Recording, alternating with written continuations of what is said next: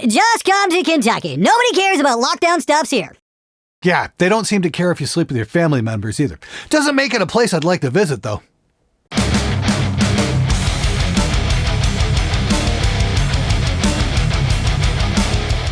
Hey everybody, welcome to episode number 291 of SMG Viewers Comments, my show where I try and help you out to the best of my ability. So if you got a comment or a question about recording, mixing, being in a band, dealing with your bandmates, any of that stuff, hey, leave it below, and if I can help out, I'll see what I can do. Anyway, let's get right to it. Speaking of sponsor-friendly gear reviews, the corporate marketing division of paid YouTube shows, each offering their own anecdotal method of reputation-based assertions of independent objectivity, unilateral media blitz, and glowing enthusiasm for the neural quad cortex was staggering. Yeah, that's exactly what we were going for. The thing is, if I'm a paid YouTube shill, I'm like, where the hell was I when they were handing out paychecks for those videos? I get to keep the quad cortex. I might even give it away. I don't know. But my opinions are my own when it comes to those kind of videos. The company does not get to look at the video before it's released or have any kind of control over what is said. The fact that they sent me one is great. Then I don't have to shell out $1,600 to make a video. I mean, seriously, do you think people who review Ferraris and Lamborghinis buy all those? No, the company loans them to them. So yes, I did get a quad cortex. If it sucked, I would tell you as much.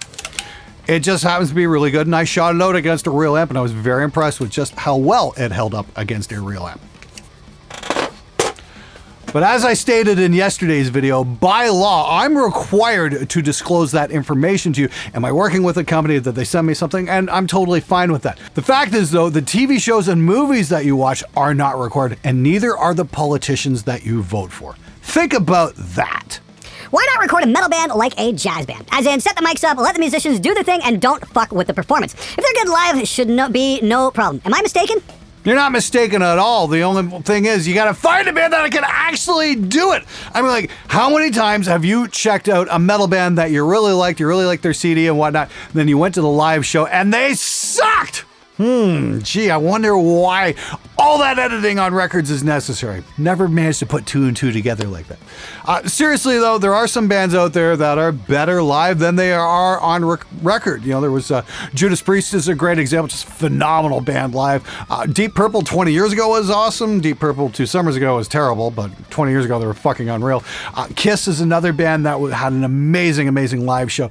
That doesn't happen so much these days, I don't think. Anyway, I mean, like, Warren Hewitt from Produce Like a Pro and I have discussed this at great length, and I might have actually found a band that could pull it off live. I saw them at the Whiskey there back at the end of 2019. They were called the Aviators, and we're talking about possibly getting them in the studio to do something. Then COVID happened, and you know, life has a way of fucking up your plans. Let's just put it that way. Those guys were really good live. The fact of the matter is, though, not very many bands can pull that shit off live in the studio.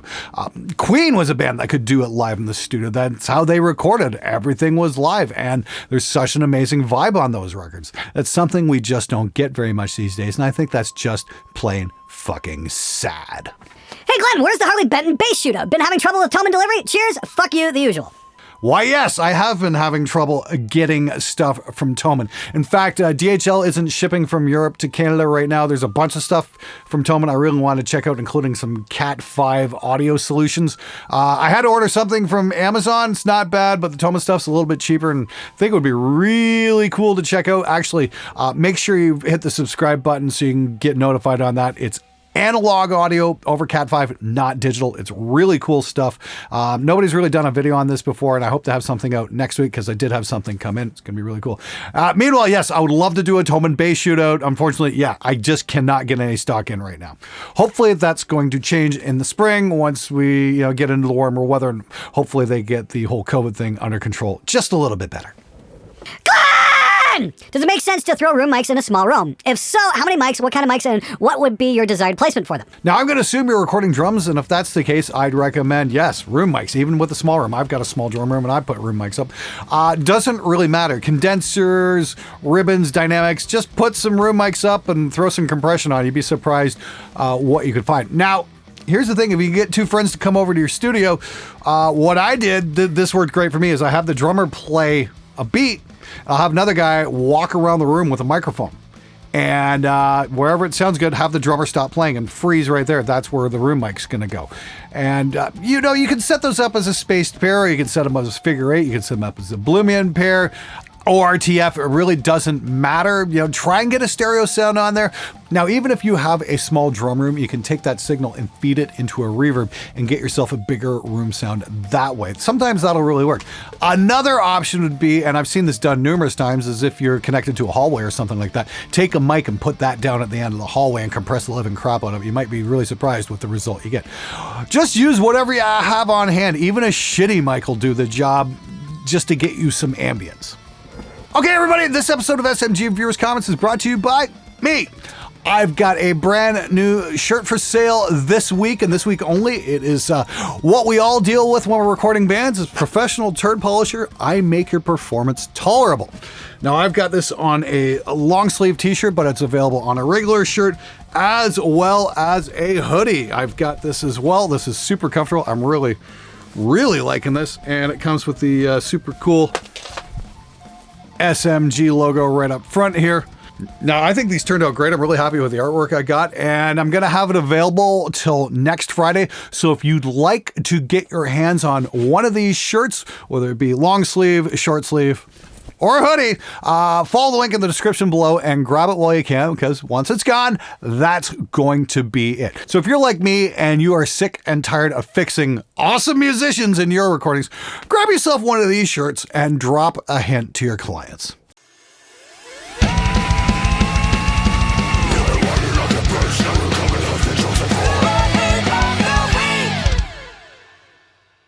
I'm not sure I get the purpose of this video. Austrian Audio has a mic that looks like the AKG 414. I understand this Behringer mic sounds nothing like the 57, but why does that matter? Just EQ it till it sounds good rather than trying to apply the same EQ curve as a 57. I like Glenn, but I think the messaging is a little off. Glenn preaches all the time about not using the same old 57 and vintage 30 that's been done to death. I do like that suit, though. Well, Josh, the point with that video was to shoot it out against a real 57 to see if it sounds like it, because it's obviously designed to be a clone of a 57. Unfortunately, they cloned how it looks. They didn't clone the most important part, and that's how it sounds.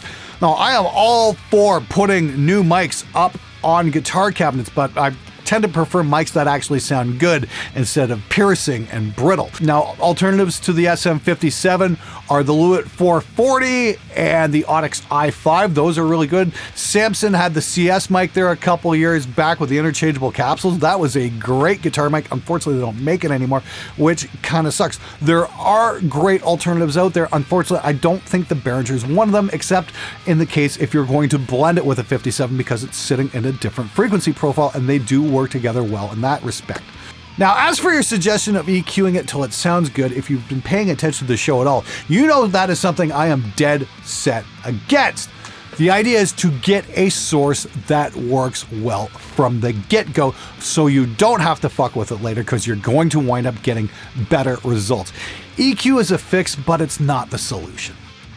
Usually guys like you know, that I know at all type are really sarcastic and angry because they realize they're becoming a dinosaur in the music business. You see, people don't have a lot of money these days, so sometimes they buy cheaply made equipment from overseas. This has been going on since this country since the Beatles, so there is always someone who thinks he's Phil Spectre that's going to set everyone straight. Oh, please, master of the faders, don't put us down for not spending every penny I have on a drum mic. Find it in your heart to forgive me. Oh, great leftover dinosaur producer from the 80s. I wish I could have engineered 2 tracks off the Cinderella album back in '83. Then and only then could I be a greater producer than you one day. I'm sensing much butthurt in your comment. Here's the thing, if you'd actually bothered to watch the fucking show for even 3 fucking seconds, you'd realize I love bargain basement gear. I am all for finding the really cheap stuff that sounds amazing. Like the Art Pro VLA2 is a 2-channel tube compressor. It's under $400. It's absolutely stellar. The FMR, really nice compressor, really great stuff. The Midas 500 series compressor, which goes for like $150. Dirt cheap, sounds absolutely stellar. I've got no problem with that at all.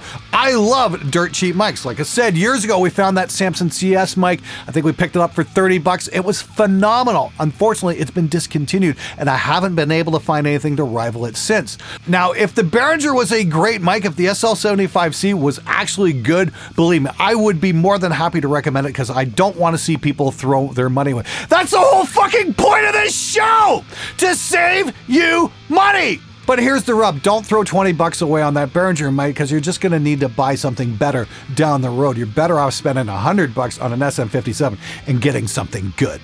Did I make that clear enough for you? Do you understand? Oh, and by the way, Cinderella didn't get their first album out to 86, smart guy. I am a UPS driver. What most people don't know is most of our sorting of packages across the country is done on high-speed belts going from hub to hub. Local sorters and drivers spend a lot of time trying to fix and tape up packages before they go out for delivery. This is mainly because people don't properly stuff a package right. Leaving air gaps and too thin packaging is the biggest causes of damage. That's why you see those busted holes in your package. If you're shipping a guitar or amp, go to a UPS store and have them professionally pack your box. It will then be guaranteed to arrive unharmed, and we don't want to pay our insurance claims. Derek, thanks so much for writing in. I really appreciate the insight there from somebody on the other side, from somebody who does the speed holes. Yeah, thanks very much. Now, so interesting that you put it like that because I've got a beautiful LTD guitar sitting down in California that is over at Alex's place. Myself and Warren here, we unboxed it. You saw it on that video where we checked out Fluff's free guitar amp sim plugin. Beautiful guitar. You know what? We're gonna put your words to the test because I'm going to have it professionally packaged at a UPS store and have it shipped up here. Just so we can see how it arrives. I'm very, very curious to see if it's worth the extra expense. UPS, you're going to be put to the test. Hey Glenn, have you ever recorded piano like a grand or an upright? Was curious how a mic setup for that would look like. My initial thought was a pair of mics, no effing clue what type, set up with one of the bass strings, the other on the treble strings to get a stereo effect. Would that work or be pointless? Not actually planning to do it anytime soon, but it's one of those stupid things your brain comes up with and pesters the crap out of you until you get an answer. Thanks and fuck you from Allentown, PA. Hey Joshua, in fact, we did exactly that when I was at Harmony Studios last year in Hollywood. We had a pair of JZ mics. We used the V67s, just phenomenal mics. Those are sitting down in California. I need to get those shipped up here at some point too. Just happens that Alex Nasla from the Gear Gods channel is a fucking absolutely brilliant keyboard player, and we did a little demo of him playing on the Grand at Harmony.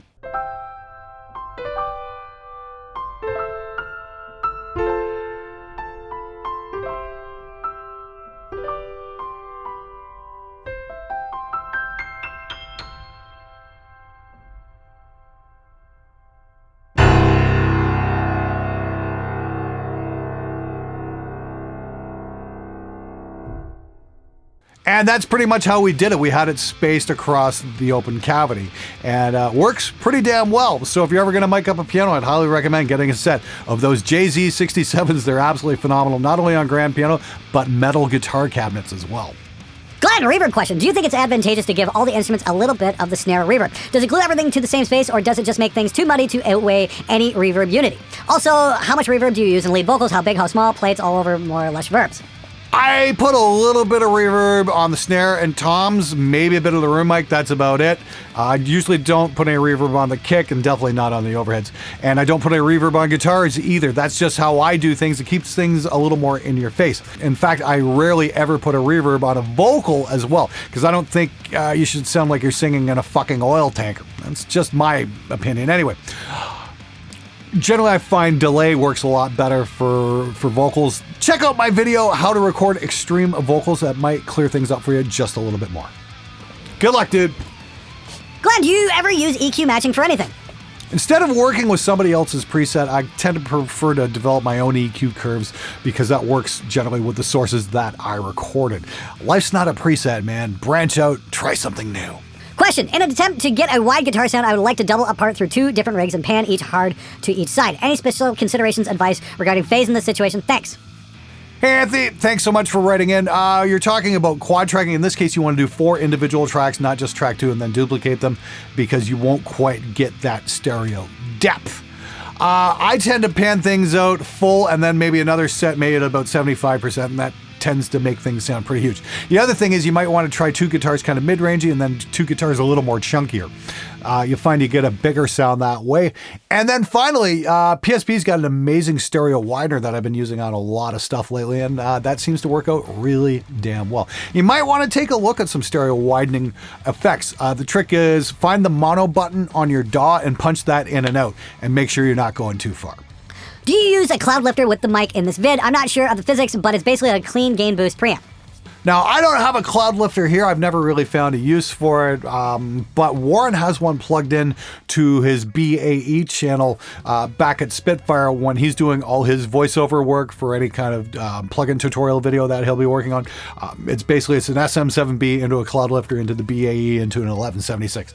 Beautiful channel. If you check out some of the videos I did last summer, I was going through that. Cloud lifter is great, especially if you don't have a lot of gain, but I run a 1073 OPX back there, and believe me, it's got crap tons of gain, and then I'm going into a distressor, which can turn the signal up even more. I don't think using a cloud lifter would really be of any benefit in this particular case. Your mileage may vary, however, and especially if you've got say an onboard preamp in one of the cheaper interfaces that doesn't quite have a crap ton of gain, and you want to use a large diaphragm dynamic mic like an SM7B or the Rode or something like that. Anyway, it's definitely worth taking a look at, and it doesn't cost a whole lot of money. So good luck to you, man. Hi, Glenn. I want to ask your feelings about Judas Priest's Turbo album. I get that you often say that the album was divisive and was full of synth and drum machines, and that could make an album sound cold and unexciting. I get that, but I like Turbo for the catchy songwriting. Turbo Lover and Hot for Love were very enjoyable. Here we have you educating us on the stuff of guitar synth and playing for us the opening riff for another lovely song out in the cold. My question is simply, how do you feel about the infamous Turbo? Thank you kindly, and greetings from Japan. Greetings from Canada. Japan is definitely one of the countries I would love to visit the absolute most. I think it'd just be a fascinating place to see. Anyway, when I was 16, I was absolutely in love with the Turbo record. Like summer of '86. Oh yeah, I played that album non-freaking stop. I remember seeing Priest open with Out in the Cold on May 28th, 1986 at Cobra Arena with Docket opening. Hell of a show. On that thing, over the years, I've kind of had a love-hate relationship with it. I think there was some great songs on there. Yes, Turbo Lover was great. Reckless was an amazing song, arguably the best song on the record, and was originally supposed to be the theme song for the movie Top Gun, but some genius in the band thought, no, we don't want to take anything away from this magnificent record that we're putting out. We're not going to lower ourselves and make it a movie soundtrack. So Kenny Loggins got the job instead and sold millions. Oops. Seriously though, if you're ever bored one night and you don't know what to do, go pull up Reckless and go pull up the opening scene from Top Gun on YouTube and play the two together. They match together beautifully, and it would have been way cooler to use that song. So I have nearly finished building my studio. I am thinking of putting up a few helpful hints up in the lobby to avoid those awkward studio confrontations. For example, a stop cupping the mic poster or a rule number 2 mug on display in the kitchen. Do you think that people will take the hint or just get offended? I don't want to piss people off in the first week. LOL. Well, while you're at it, maybe you should grab one of these shirts, Professional Turd Polisher. That way you can make your feelings known very clearly, and you're not going to beat around the bush. Once again, get it this week while you can. It's only going to be available till next Friday, so grab it today. Anyway, thanks so much for watching the show. I really appreciate the fact you guys keep coming back week after week. Keep those comments and questions coming because I love hearing from you. And until next time, get out there and make some metal, you amazing motherfuckers. And buy a t-shirt while you're at it.